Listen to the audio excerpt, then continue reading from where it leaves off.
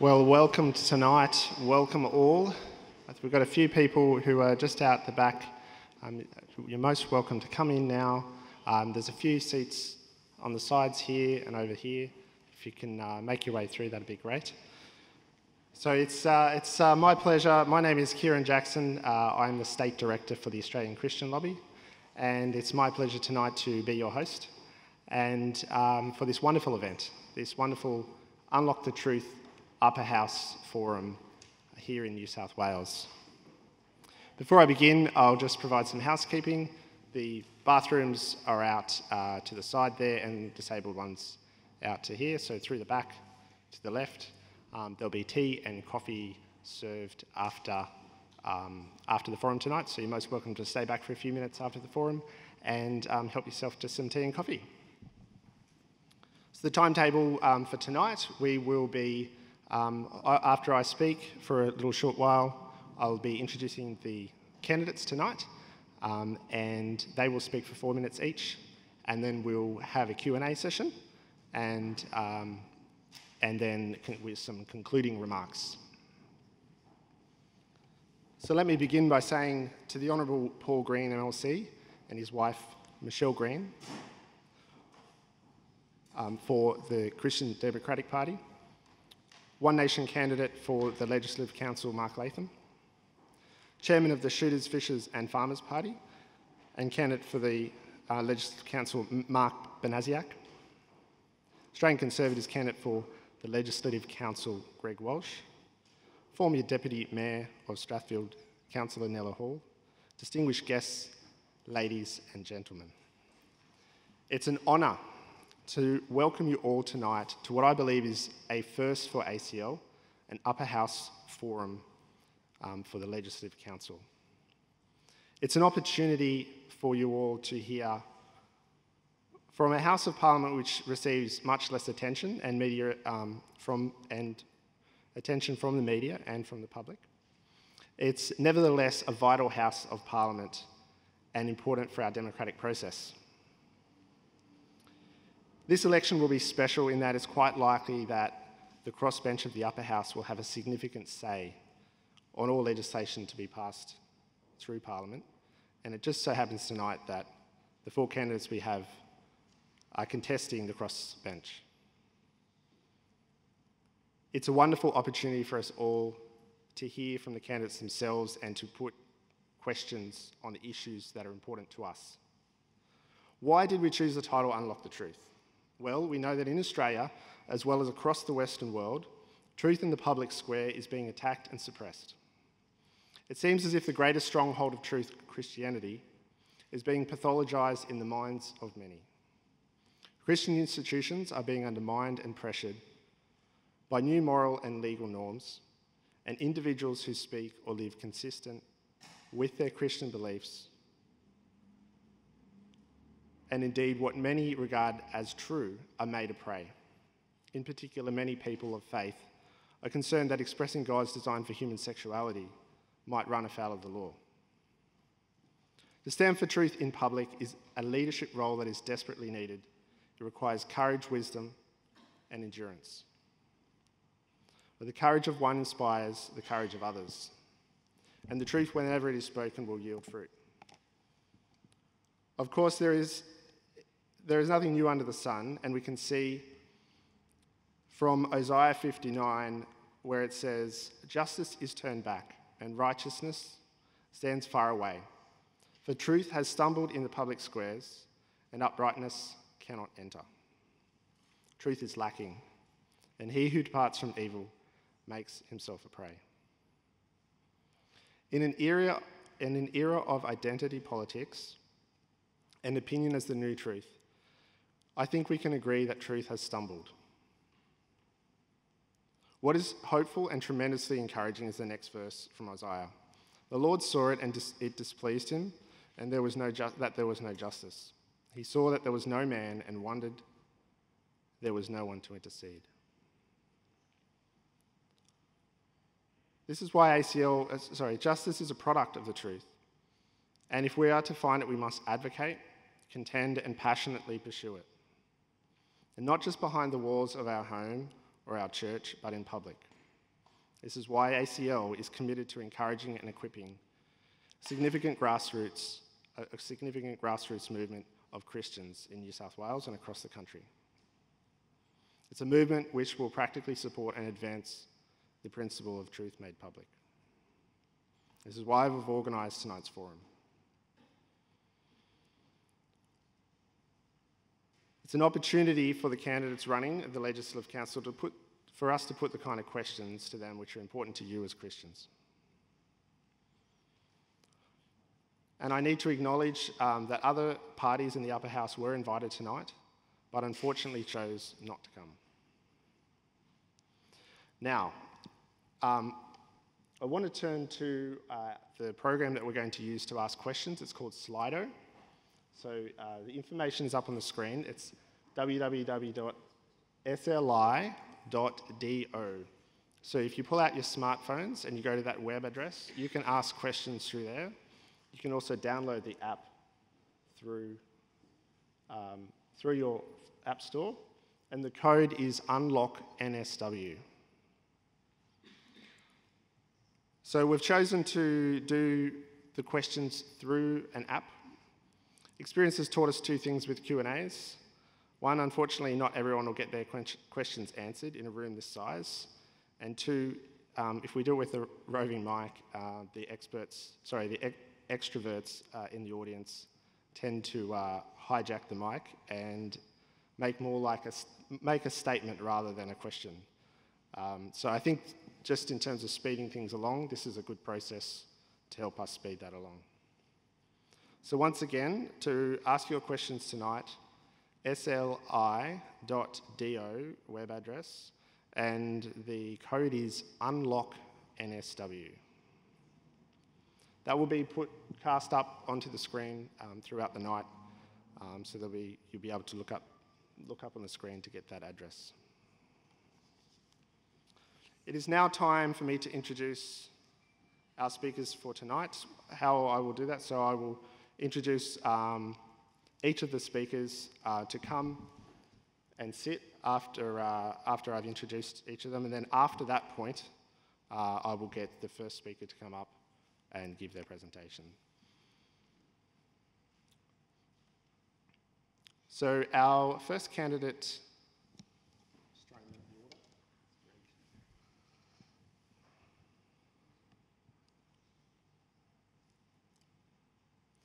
So our first candidate was in fact known to me before I had this role in a different capacity. Before I was with ACL and before he was with Australian Conservatives, he was in fact my law lecturer at university.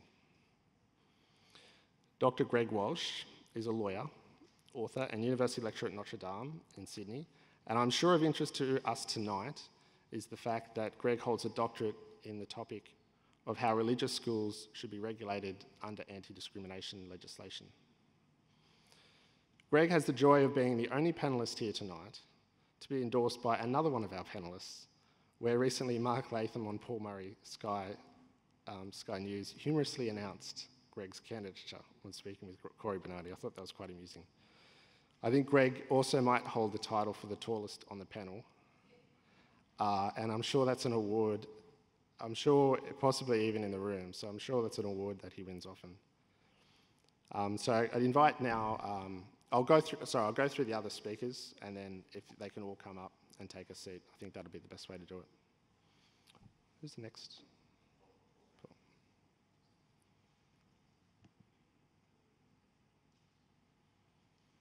The next candidate is the only sitting member on the panel. He was elected to the New South Wales Legislative Council in 2011 with the Christian Democratic Party.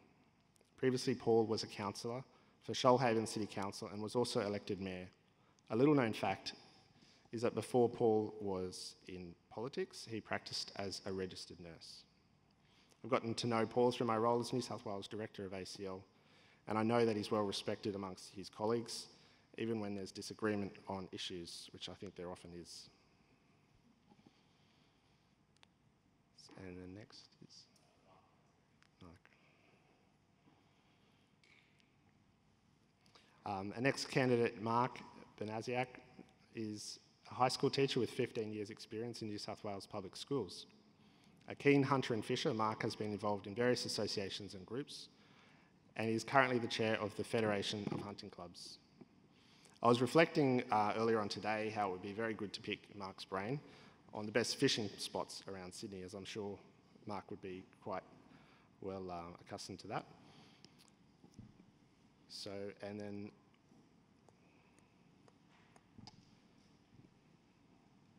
next candidate is a man who probably needs very little introduction, as you're certainly no stranger to politics, having represented in the Labor Party for federal parliament as the leader of opposition for several years. Mark Latham from Pauline Hanson's One Nation party. If I could ask all the speakers to come up and take their seats, and then for Paul? For Greg to begin.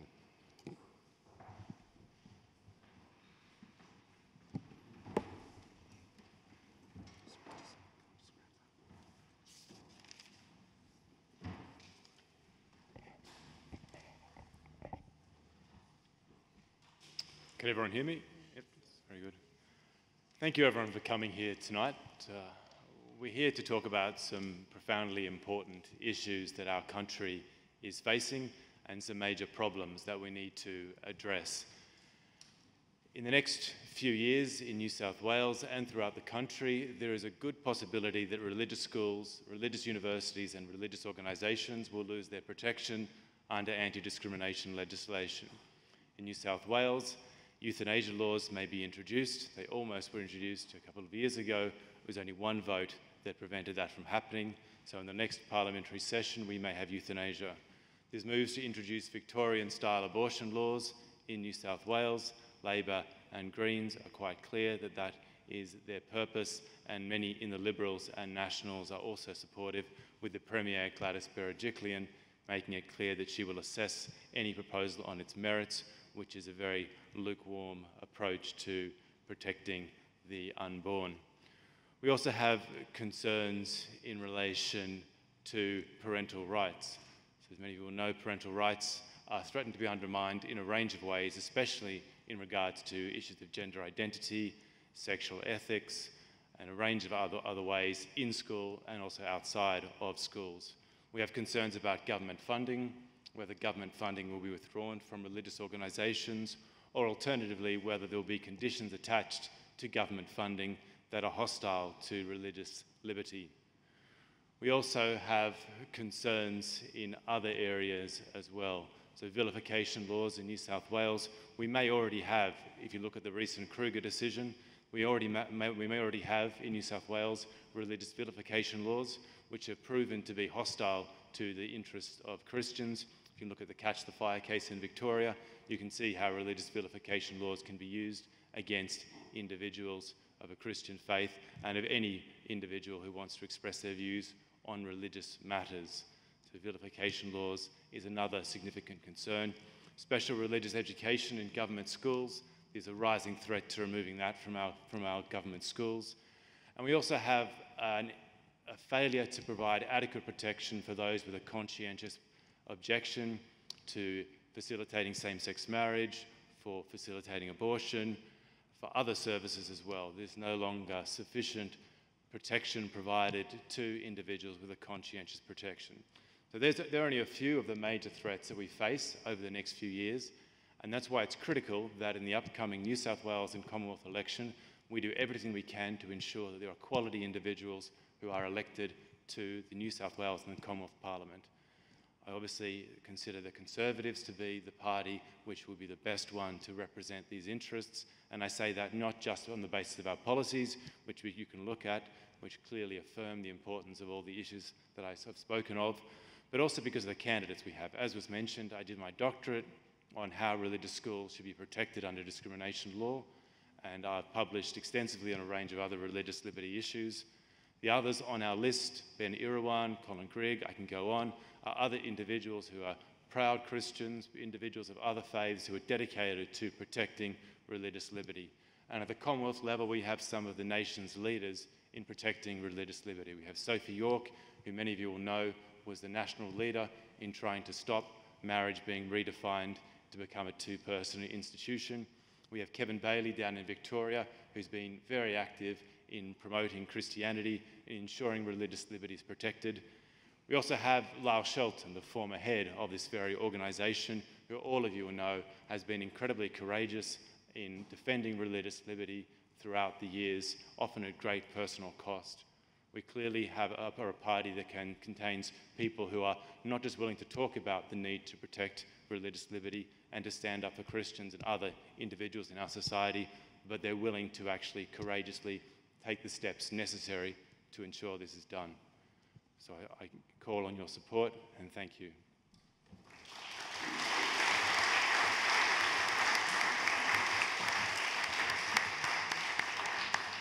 Thank you. I should mention that we also have a timekeeper, so if a speaker is to go over the 4 minutes, the timekeeper will ring the bell. If you could ring the bell now, show us the... Thank you. You'll get another 30 seconds before the bell's rung vigorously. So I introduce now the Honourable Paul Green.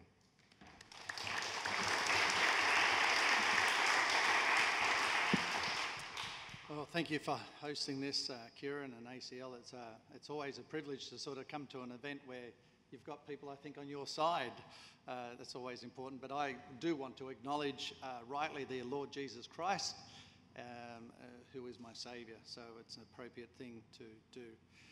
Look, I've been in the upper house for 8 years, and there's a lot of scriptures in the Bible, thousands, tens of thousands, and there's one that actually speaks to me really, really well lately that I've been sharing around a bit, and it's Jeremiah 29:4-7, and it's where the good Lord took the Israelites out of Jerusalem and took them across to Babylon, and basically told them, he gave them some commands, and in a worldview, a Christian worldview, this is what he did. He said, I want you to go there, I want you to build houses, I want you to plant gardens, I want you to raise your kids, I want you to give them over in marriage, and then I want you to do some other things. I want you to increase, not decrease. And then he goes, and on top of that, after all that, he says to the people, he says, then I want you to seek the peace and prosperity of that area, that nation, that area. And if it prospers, you too will prosper. And I'm happy to say that, after 8 years in New South Wales government, the economy was one of the lowest economies across Australia when I came in 2011. Actually, if you were the net worth of New South Wales in 2011 was $137.5 billion. When I'm finished in a couple of weeks, the net worth of New South Wales would be $245 billion. And so we've been able to see the state prosper, and that's important. We've got the leading economy across probably Australia. It's been holding Australia together in many means, in terms of financial means. And of course, we also note that in the economy,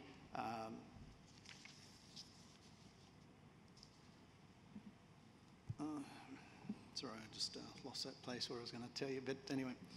So for the last 8 years, we've held the balance of power in Parliament. We have used this influence with our 2 votes to defend and fight for Christian values, to uphold our government and our Christian values, including a whole list of things. And I just wanted to mention a few of those that we've been defending.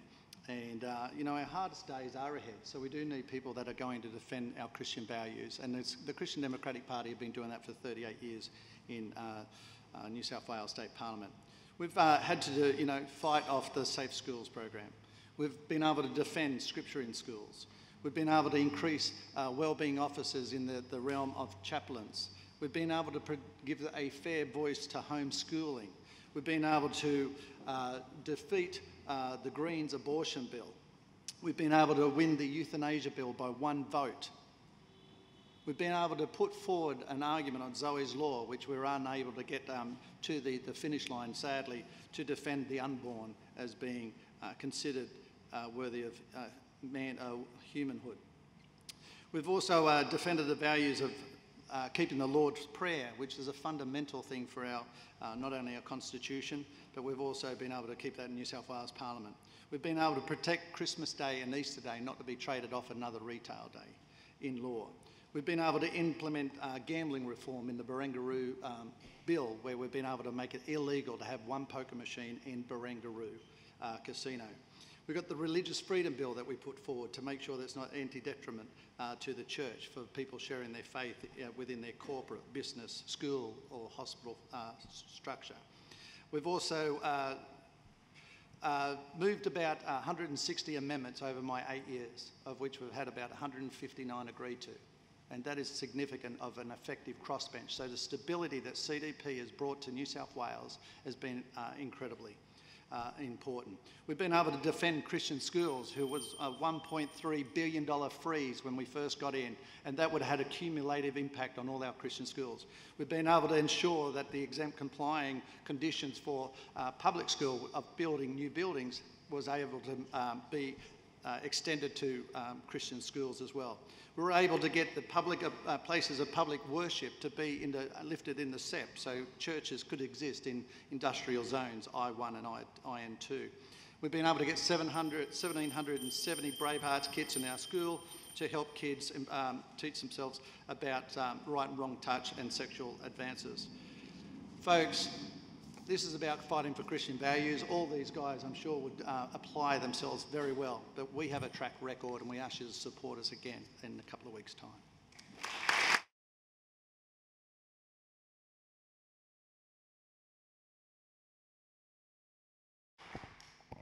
Thank you, Paul. And I'd like to now welcome Mark Benaziak to the stage. Thank you.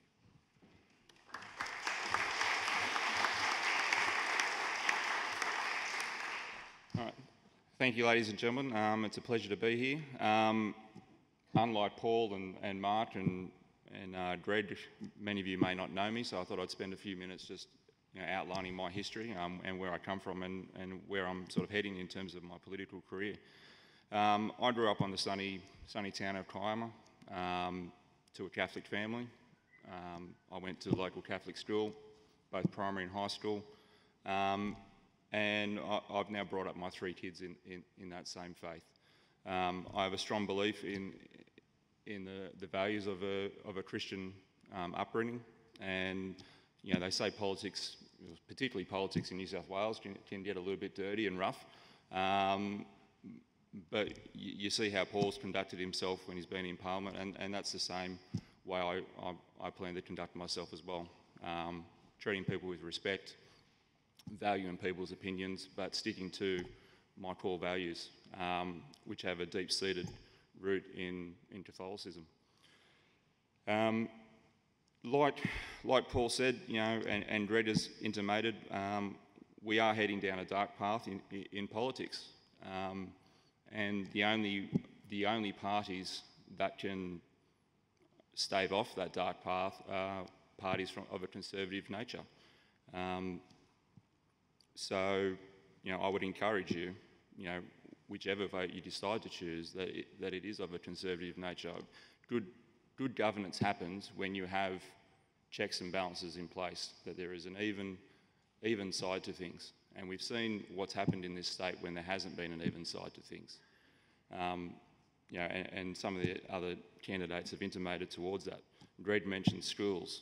One of the big issues, he mentioned private schools, but one of the big issues is this social engineering that seems to keep occurring and keep coming up in public education. And as an educator of 15 years, I know it actually breaches our own code of conduct to actually even engage in that, but still we have it. And my time in politics, I hope to actually shine a light on that and put a stop to it. Paul spoke about his voting record and what he's achieved for the state. Shooters, Fishers, Farmers Party has actually been one of the more prolific legislators in New South Wales politics as well. And it's not just been about shooting and fishing. It's been across a wide range of issues that cut across everyone's life: health, water, stuff like that.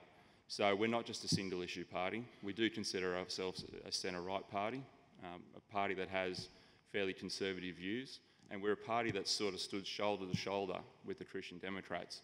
Now, if you go to our Hansard records, there's almost every issue we've stood shoulder to shoulder with the Christian Democrats on, probably bar one. And that's something that we're going to continue to do because we have similar values. All our candidates have that same sort of Christian moral beliefs all the way down to our number 21.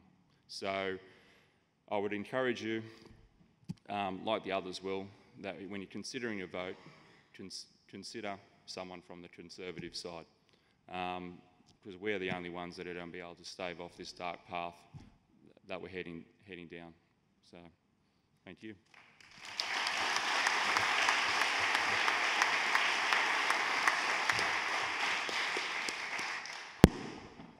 Thank you, Mark. And there's another Mark on the panel, Mark Latham. If you could all put your hands together for Mark Latham from One Nation Party.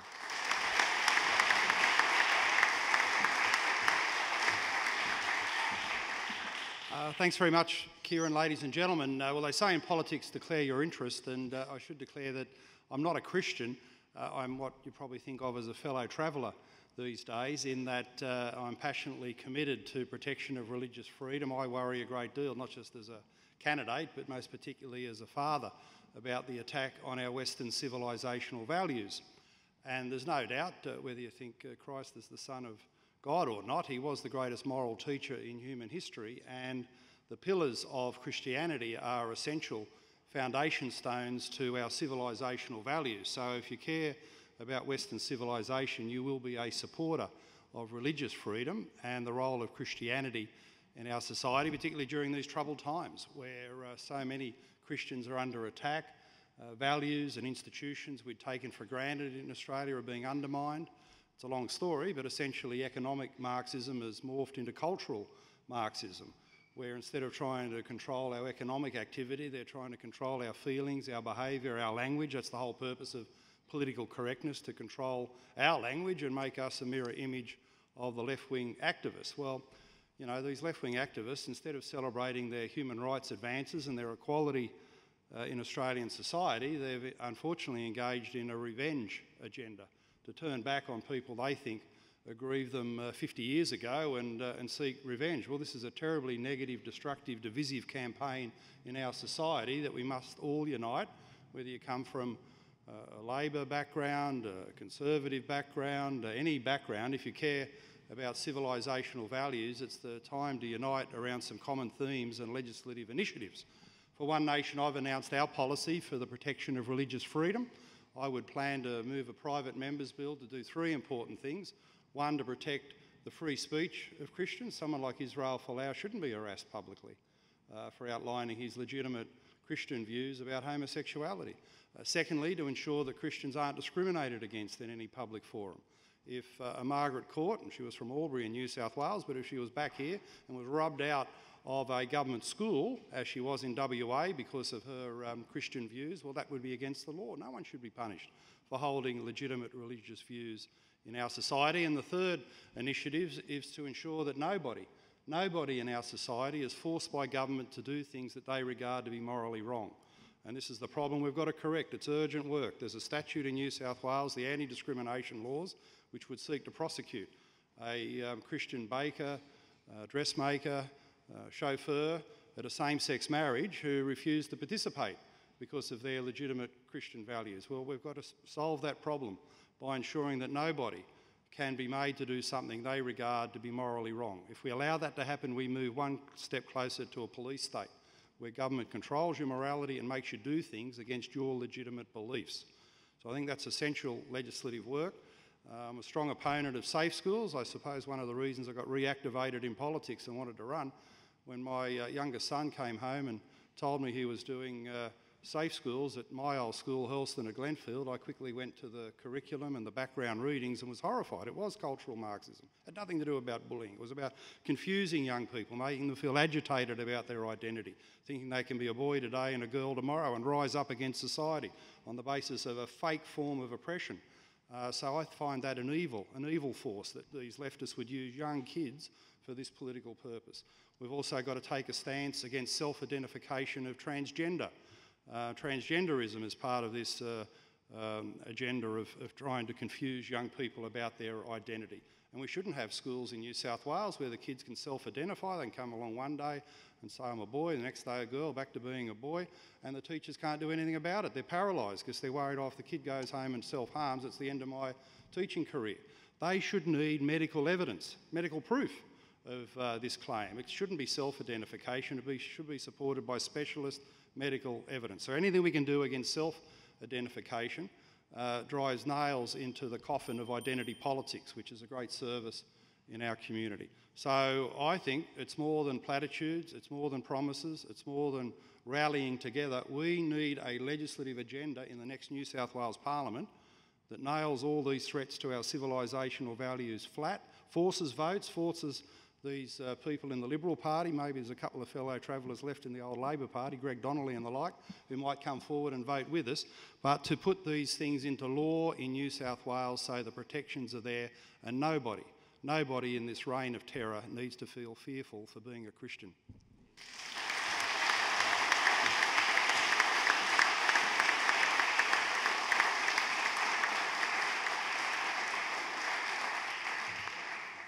Well, thank you, Mark. Now we're going to have the questions. There's lapel mics there in front of you. If you could each attach it to your tie, I believe is the best spot.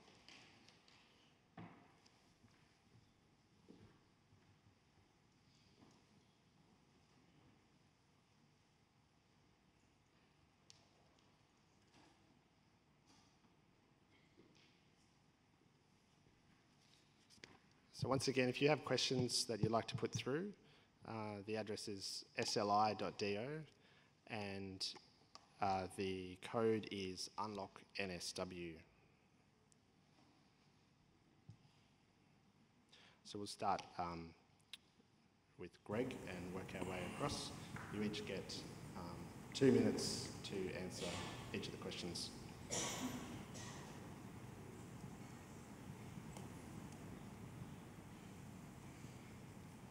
The first question it's submitted by Anonymous. I think most of these are actually anonymous. The first question relates to homelessness.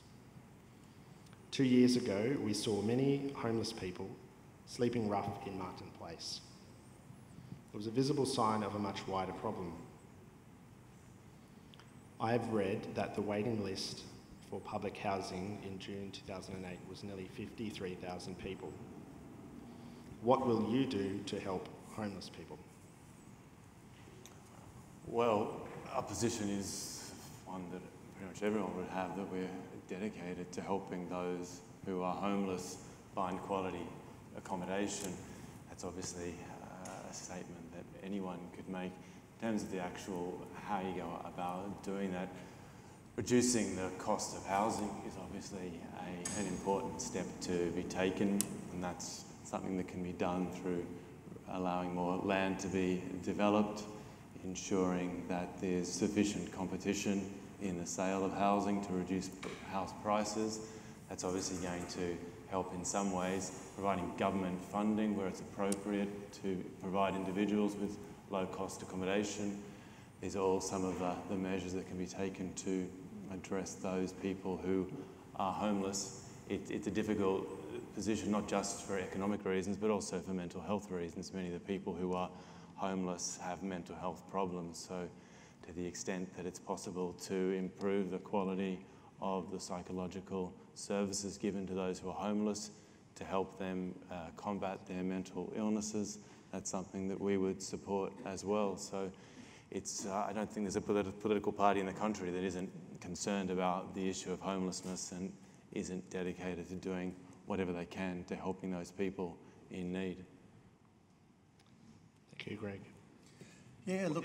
sorry, Paul, if any of the panellists need me to repeat the question, I'm happy to do so. Okay. Just let me know. So the question was on homelessness. Obviously, when I first got in, one of the first things I actually used, the balance of power, was to hold an inquiry into social, public and affordable housing and have a look and do a stock take of New South Wales of where we were in terms of the most vulnerable. And that's not just the homeless, that's women over the age of 55 that find themselves in a marriage breakup, don't have super, and they're living in cars and under bridges. So what have we done? Well, obviously we've tried to bring those recommendations to the government. They've moved forward. We've tried to work with community housing, because we've tried to offload some of the community housing to, government housing to community housing sectors, because they do far better wraparound services, which is really good for the people. We did vote to try and move those homeless people out of Martin Place, and it forced the government to actually get off their backside and do something for the homeless and do some emergency housing. So a lot of those people did get emergency housing, the ones that want to respond to that. The homeless is a big thing on our agenda. The government can write a cheque tomorrow for anything they want, but they're not writing one for the homeless. And second thing is, there's about 60,000 people on the waiting list for social public affordable housing, and we still tend to be looking and helping people outside our nation over and above the very vulnerable, like those people over the age of 55, for instance, widows and children. We're still able to extend a hand internationally, which I'm not against that idea, but how about we look out after some of our own most vulnerable first? And the final thing I found out in my report was about 12% of those that are homeless on our street are returned vets who have served this nation. It's absolutely deplorable and shameful that we've got returned vets on our streets. Thank you, Paul. Look, as Greg said, greater investment needs to be made in terms of public housing. There is a long wait, but we also need a greater coordination of services. It's not just the fact that they're homeless. They might have mental health issues.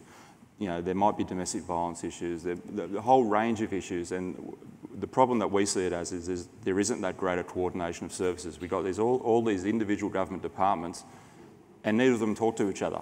The left hand doesn't know what the right hand is doing.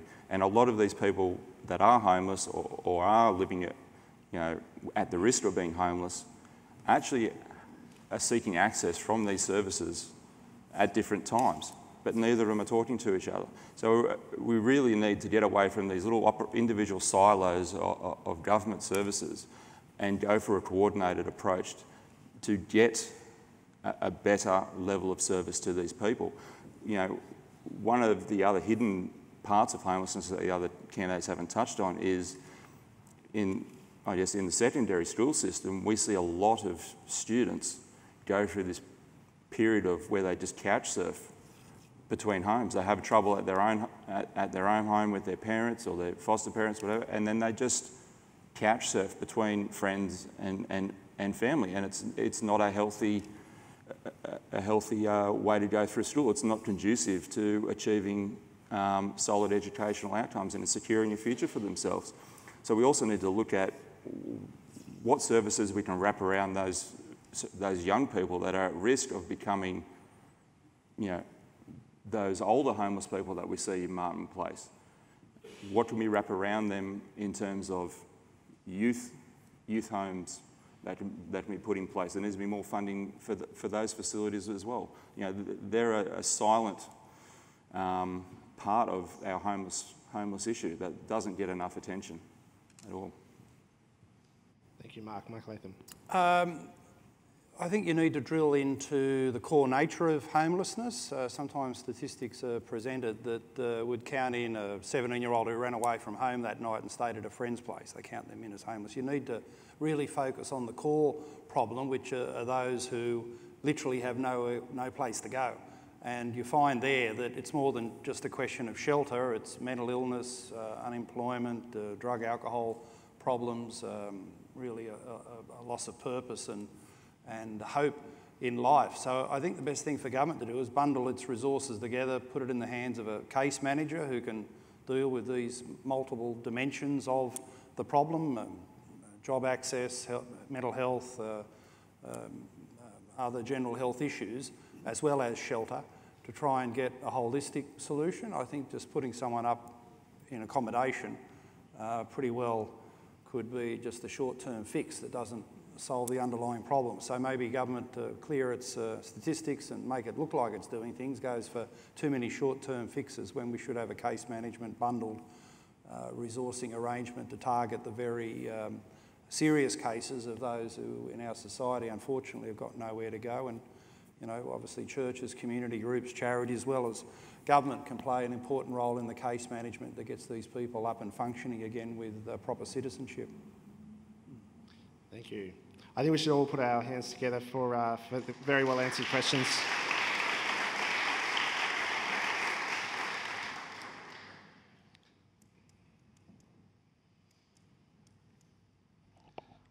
I think this next question there's some relationship between the two questions. Sydney is expensive. I'm a millennial and I'm saving for a deposit. I'm beginning to lose hope that I will ever own in Sydney and maybe elsewhere. Banks are making it really tough. It sucks that I might be renting for life.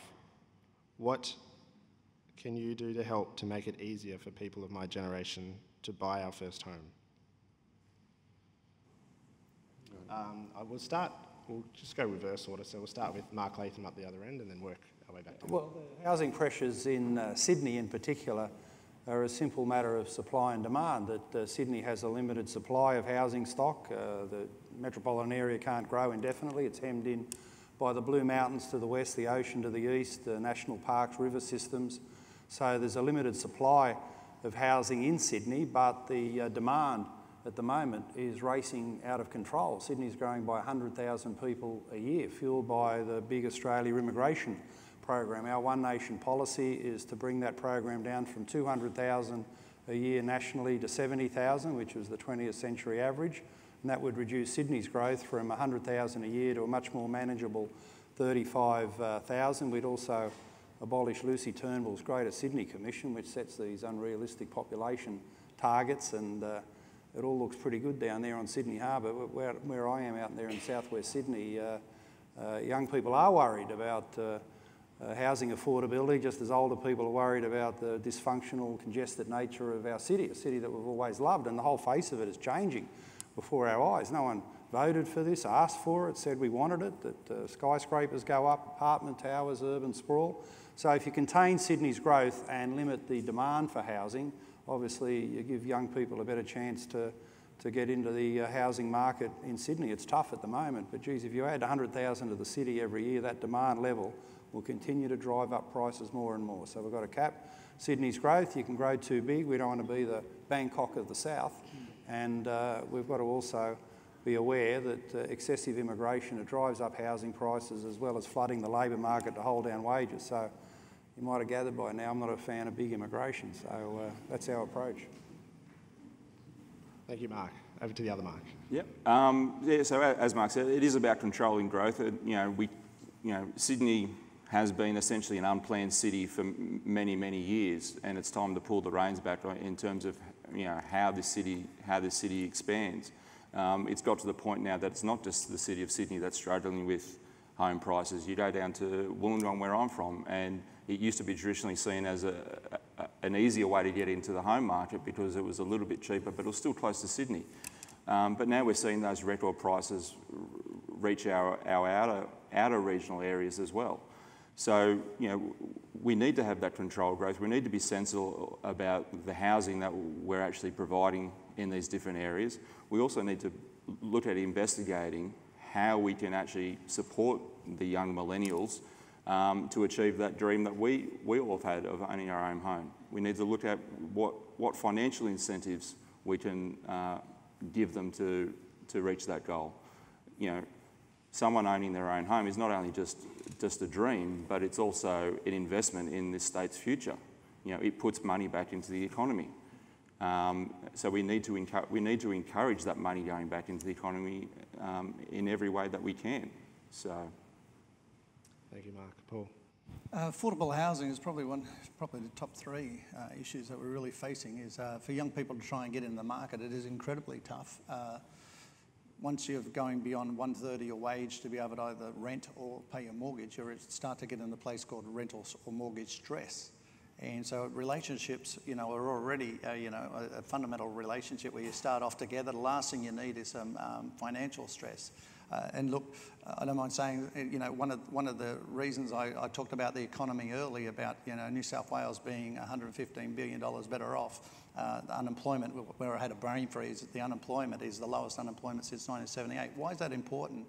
Because it's important that the economy is flowing, because when the economy is flowing and flowing well, people are able to move towards their aspiration of buying a home. But we have got issues in Sydney. It is getting congested, it's getting overpopulated, overdeveloped, and a lot of issues come with that. But you can't sit on your hands as a legislator and not do anything, because people are going to come whether we like it or not. So you've got to plan for infrastructure. We've got to have the light rail, the West connects, the South connects, the North connects. You've got to have that infrastructure, otherwise we're going to be more congested because the people will come. because they want to be near their communities, they want to be near the services, they want to be in the nightlife, whatever it is. So a way to help them, obviously the First Home Buyers Grant has been assisted in by New South Wales Government. I know they've put a bit of money in that. If you're in deficit, you can't do more, okay? If you're struggling with your wage, you can't give. It's very hard to give. But when you're in prosperity, like we are in New South Wales now, we're able to reach out. So innovative programs where maybe super funds can buy and purchase, part of the house. So the young couple own the house, but the super fund or someone like that has investment equity in the house. So when it's sold, they make a return, but the young couple get a kick-off in their life. So there's many things that we can do. We need the stock. We need all sorts of stock across New South Wales. Our mindset's got to change on this, that we've just got to say, what's the price we're willing to pay in a relationship to own a house? And is it really the highest priority we want in terms of a young couple? Or if it is the city a real thing? Because it takes a lot of money. Key workers can't afford to get in the city to work. It's so expensive. Tolls, Opal expenses, by the time they get in, half their wage is gone before they get back home. Those types of challenges are real. But we've got to think smarter and make sure we're connecting our communities that they can get from A to B in a affordable, accessible way. And when we do that, we will see young couples buying out further. But Mark's right. Most of this is actually backed in by national parks, forests and all sorts of things. So where do you go? I suggest where do you go? To the regions. It's affordable, it's achievable, and you can start your dream in the region. And I would encourage you greatly, come down south to Shoalhaven. Well, our approach firstly is to reduce immigration. So that's a clear policy that we've had from the beginning that the party was established, that our immigration rate is too high. It needs to be halved, and as a consequence of that, there'll be many benefits to society. So, as many of you know, Sydney and Melbourne in particular are becoming congested. It's difficult, it's undermining the quality of our life, makes it more difficult to move around the city. But in terms of the housing prices, the advantage will be is there'll be less demand for housing, and as a consequence, the prices will reduce.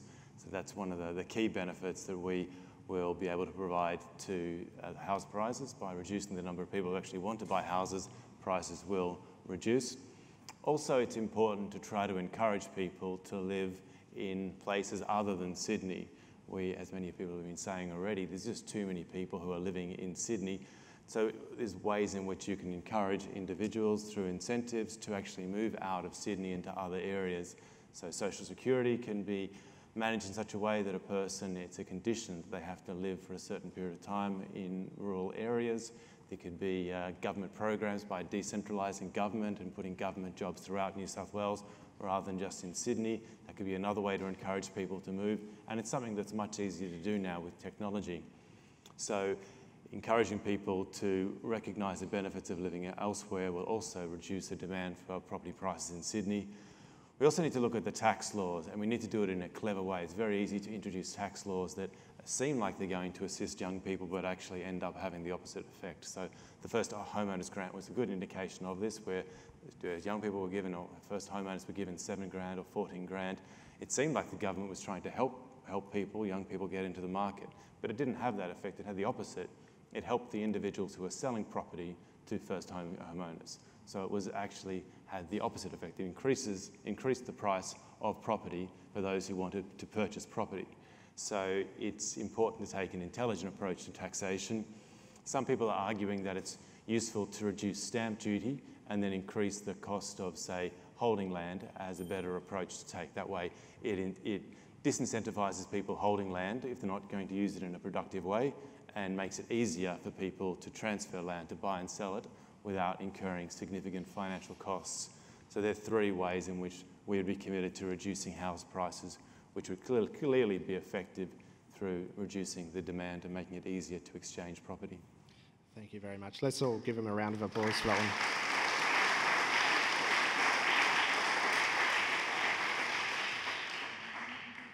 I think we're going to move now to two questions which I think relate to schools.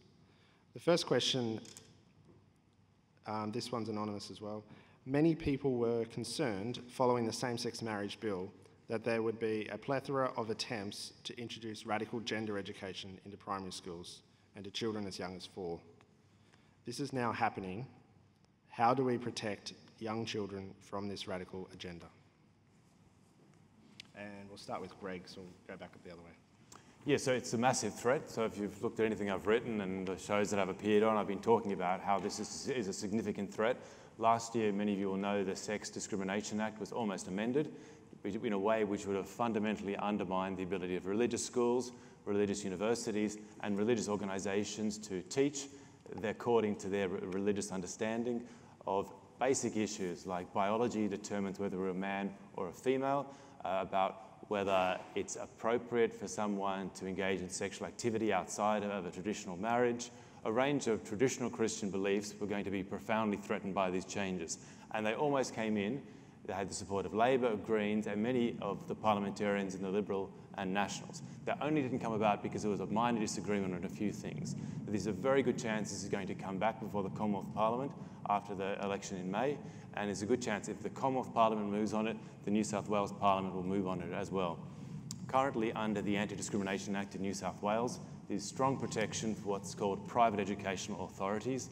And essentially, it means that individuals who are running religious schools can conduct them in a way which is consistent with their religious beliefs. But if the Commonwealth undermines the protection in the Sex Discrimination Act, New South Wales Parliament will almost definitely follow suit. So one of the most important things we need to do is to ensure these laws don't change, which is why it's so critical that we all do everything we can to get quality individuals into the state parliaments and the Commonwealth Parliament who will make it clear that these protections must stay. So one approach is the legal approach. We need to make sure that our laws appropriately protect religious liberty in the educational setting. And the second one is the cultural one. Every single one of us needs to do whatever we can to make sure that schools, organisations, and the rights of parents are protected. It's not just something parliamentarians have to do. Every one of us needs to recognise that in the conversations that we have and where we spend our money, in the kind of complaints that we make, when people bring about these things like safe schools, we need to speak up, we need to say this is inappropriate, and we need to take steps against that. So it's not just something parliamentarians need to do, it's something that all of us need to do. Am I allowed to use props? It's a really good point that Greg just talked about, the harmonisation of laws. And so if it happens at the Commonwealth, what happens? They try to harmonise it in the state parliament. And vice versa. I've just done the Modern Slavery Act in New South Wales, and of course we'd harmonise that upwards and back down towards the Commonwealth and the thing. But we had the same-sex marriage law that was, as you know, passed, and the Commonwealth instituted the Marriage Act changes according to that plebiscite outcome. And then they came to the New South Wales State Upper House to harmonise the law. And I brought a picture tonight. This is how people voted. Is that you'll see, you might not be able to see this, but the point is on the left of this picture there's just Fred and I voting against it, and the rest of the people are on the other side. Or they abstain, or they're not there. But that's just to show you, I think that thing was about 37 to 2, okay? So that's what happens, and it's just a good illustration of what Greg's saying. Harmonisation between laws. You've just got to be aware how we're voting federally, that if you want Conservatives in federally, we need them in both state and federal parliaments if we're going to have a voice. The safe school issue, just very clearly, we used our balance of power to absolutely ensure that the government did not refund that program, refund it, which they didn't, which was to their credit in New South Wales. Thirdly, it's just inappropriate to put this sort of content. I used our influence to call an inquiry into the sexualisation of children, and we did that with the Children and Young People inquiry. But, you know, we know that it's inappropriate for the kids to be exposed to some of these adult models of sexualisation in their early years. Okay, the brain isn't developed enough until about 24, 25 to grapple with some of these concepts. So I do fear greatly that we're setting these kids up to fail with this. I mean, they've got enough confusion with the bullying, cyberbullying and domestic violence and all sorts of pressures, anxiety and mental health. And now we're trying to load them up again with something that they're not ready for. We opposed it strongly. We got to the goal, but watch this space because it'll come another way, in another shape, in another form, with another name, and we need strong Conservatives in to defeat it. Thank you, Paul. Mark. Well, for many, many years, people involved in education have been obsessed with trying to fix society's problems through education. A lot of society's problems manifest in education, and their solution is, let's layer some more onto the curriculum, let's layer some more perspectives onto the curriculum and ignore the basics of why we send our kids to school. We send our kids to be able to become literate, numerate, productive citizens, not to be socially engineered to see a certain way of life. We send them there to be educated in the basics. And more we see these layering of these different perspectives and forcing of these different perspectives into our curriculum. And now we have a national curriculum. It's coming from a national body, and all the states basically have to comply. So not only do we need to tackle the legislation side of things, but we also need to tackle nuts and bolts what's actually happening with our curriculums, where they're being basically hijacked to push certain social agendas. We don't need to have all these different perspectives in our curriculum. We just need to teach the basics. Our kids need to be able to read, write, be numerate, be able to critically analyse things, be able to treat knowledge as problematic. We don't need to force a particular idea down the head. As Paul said, the human young brain isn't able to comprehend some of these complex ideas until a very later age. What we need to be doing is teaching them the skills to be able to do that when they're 25. We don't need to be doing it via shoving certain ideologies down their throat under the guise of curriculum, because it's not curriculum. It's not what it was set out to be. My party is very much opposed to the social engineering of schools. Me being an educator of 15 years, I've been a strong influence in that party's stance. And I'll stand shoulder to shoulder with anyone in this room in Parliament to oppose the re-emergence of safe schools in any of its form. Thank you.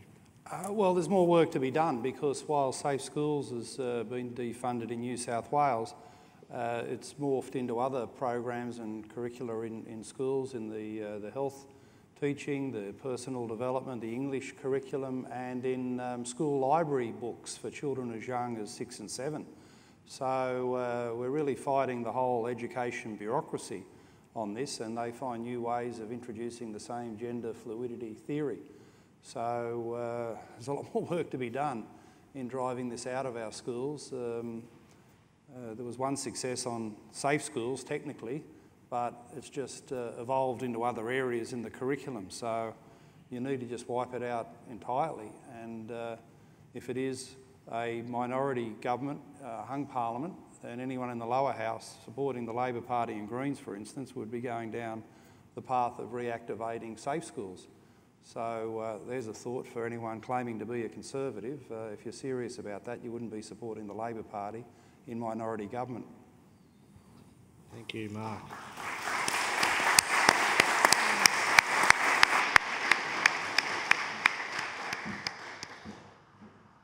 Thank you for answering the questions so far. They've been very good answers, and I now want to ask a question which also relates to schools. This relates specifically to special religious education. So this question has asked, the New South Wales Teachers Federation has attacked special religious education in school time. I'm concerned that SRE is now under threat and they will try and sideline it out of the school.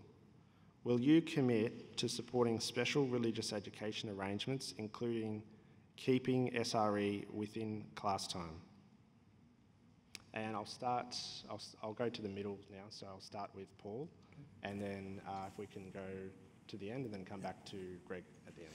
Well, quite simply, my history of finding Christ was through Scripture. It took a while to get through my thick head and thick heart, but eventually it did, and I married a beautiful woman, Michelle, and had 6 children, which is really good. So I'm passionate about SRE. I've done everything I could possibly do to save SRE because I want every child. The world's moving at such an incredible pace. It's confused. The world is sick, and these kids are in there and they're trying to make sense of it. Now more than ever, we need SRE, because long after the door has shut on their bedroom and they're all alone in cyber world, They need to know when their friends have rejected them, whether teachers rejected them or where society has rejected them, there's still someone that accepts them, and that is God, a loving God. And he planned them with a hope and a future and a plan for their life, and gave them gifts and talents to outwork. I'm passionate. The problem with SRE now is become an inconvenient situation for the sorts of things we're seeing infiltrating school. You can't teach kids about what God thinks about marriage and relationships and how to treat each other, and then put this other sort of ideology alongside it, because one stands up and one doesn't. And so the best thing to do is remove it. Now, I got an email the other day from a teacher who said, not all teachers from the Teachers Federation feel this way. I'm a mum and I've got my kids in Scripture and I love it. And I couldn't think of a better place for them to be.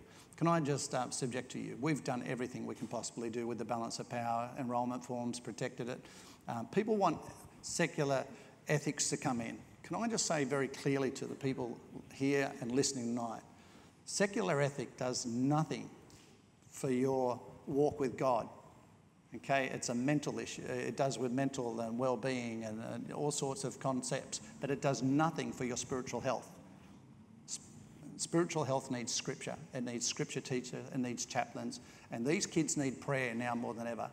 And what's wrong with having a prayer with a kid that needs some help because they're drowning in life, or because there's domestic violence, or because there's family breakdown, or because they've been bullied, or because there's peer pressure, or because they're having anxiety and depression? What's wrong with prayer?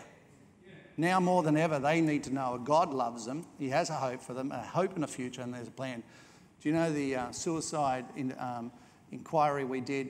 Do you know what the kids said? That most of the kids, there's an increase of young girls committing suicide, up by about 70% in the last 10 years. They're getting off. They want to stop the world and get off because there's no hope and there's no future. Why would we remove a loving message from our schools right now? Even if you hated the message, for the good of the kids, why wouldn't you leave it there that they could get through this life and make sense of it? We will continue to fight for SRE. We have fought for SRE, and we will continue to see it succeed, because our kids now more than ever need SRE, and we need Scripture teachers who can share it, love it, pray it, and care for them, that they can see get out the other end of this thing called teenage years, succeeding, thriving, and being all that God's created them to be.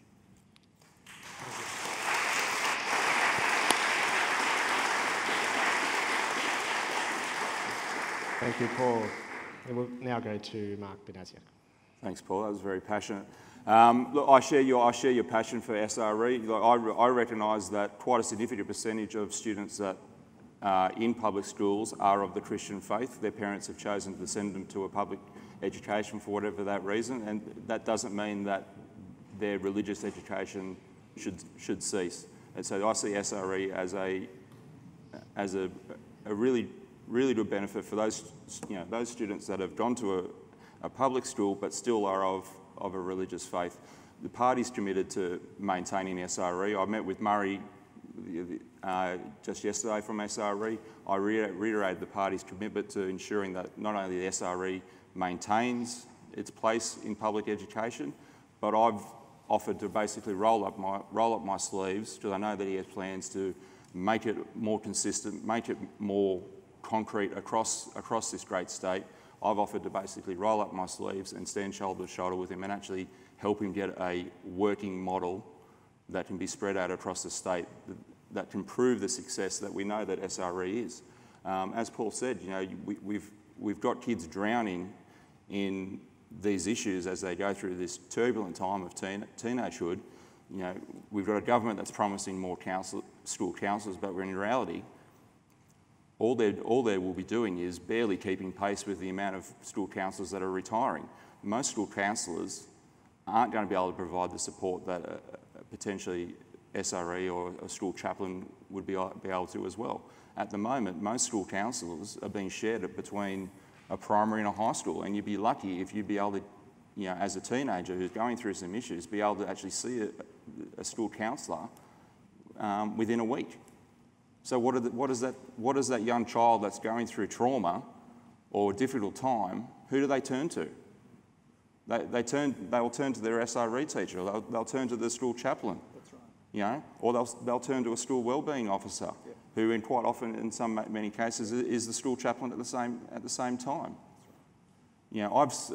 I've seen the most problematic children in schools, and I've taught in some of the toughest schools in southwest Sydney and even in Illawarra. I've seen those problematic kids turn over a new leaf through SRE.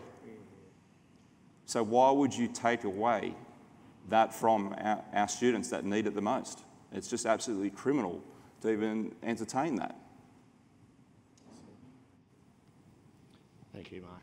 Over to you, Mark Latham. I think Scripture should always be a viable part and option for families in the school system, but I suppose I'd raise a red flag of a different kind, and that is to keep an eye on the ethics classes that are being promoted as an alternative, because I'd worry very much that those ethics classes will roll into gender fluidity, identity politics, cultural Marxism. So while, yes, we want to keep the Scripture classes, I think we need to keep an eye on some of the stuff they'll be pushing through the alternative format. People can have an alternative, but boy, it shouldn't be based on that rubbish.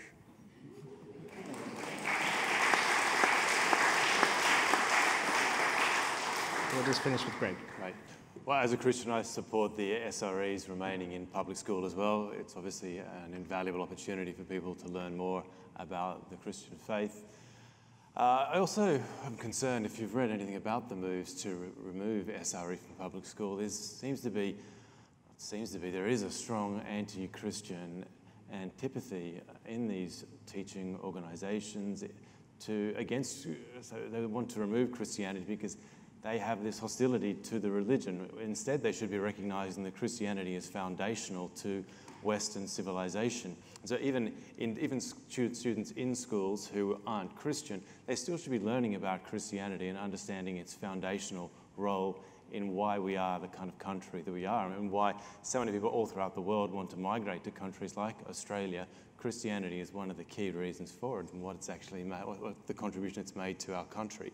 So SRE is critically important, not just for Christians in public school, but also it should be there for everyone in schools, not just to learn about their own particular religion, but also to learn about Christianity and the central role that it has. And so the Conservatives recognise this. They say, in our party, in our policies, we talk about how we're based on a Judeo-Christian ethos, and that is something that should be taught in not just Christian schools, but also in public schools as well. It's to our peril if we reach the conclusion that we can jettison Christianity and not think that that's going to have a profoundly adverse consequence on our country. Thank you very much.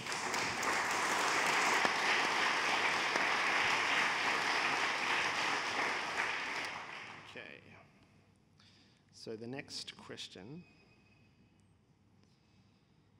is on religious freedom and relates to religious freedom in terms of New South Wales state law. So many people of faith are concerned that expressing God's design for human sexuality might run afoul of the law.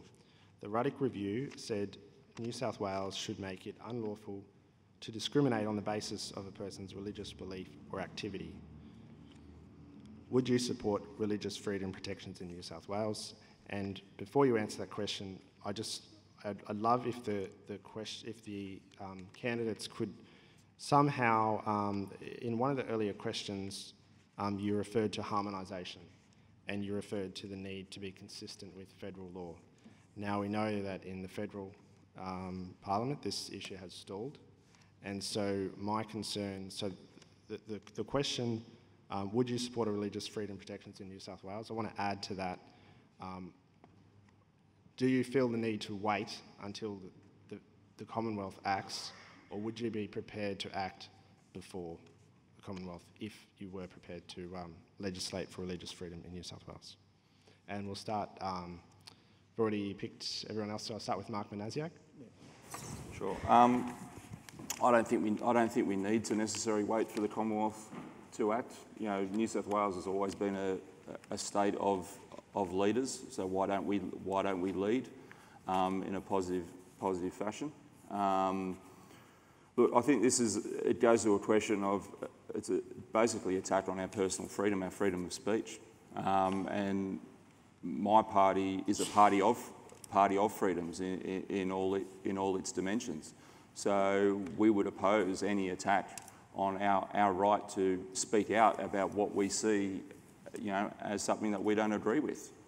There's nothing more that I can really say other than that, it's an attack on our freedom of speech, and we will fight tooth and nail that anyone that attempts to, take away that right. Our society is built on a premise that, everyone does have different of opinion. Everyone, we are a diverse society, and just because someone has a different view to you doesn't mean that they should be pushed to the side or denigrated or disadvantaged. That is the beauty of the fabric of our society, is that we all have different views, we all come from different walks of life. You might not necessarily agree with it, but I will defend anyone's right to express their views, whether I agree with it or not. And they shouldn't be discriminated or punished for having a particular view. Thank you, Mark. I'll just go straight to the end to Mark Latham and then come back to Greg and then finish with Paul. I've got very little faith in the Commonwealth processes because the Commonwealth legislation for same-sex marriage was hopelessly inadequate. It had no protection of religious freedom. Then Malcolm Turnbull sets up the Ruddock Review, and lo and behold, it's not a debate about religious freedom, it's another debate about the extension of gay rights. How did they get to that point? What's going on down there? It's just hard to believe, isn't it? That was the outcome, another debate about gay rights, in this case in schools. So I wouldn't be relying on Canberra one bit. As far as I'm aware, we're the only party that's released a comprehensive policy on human rights reform in New South Wales.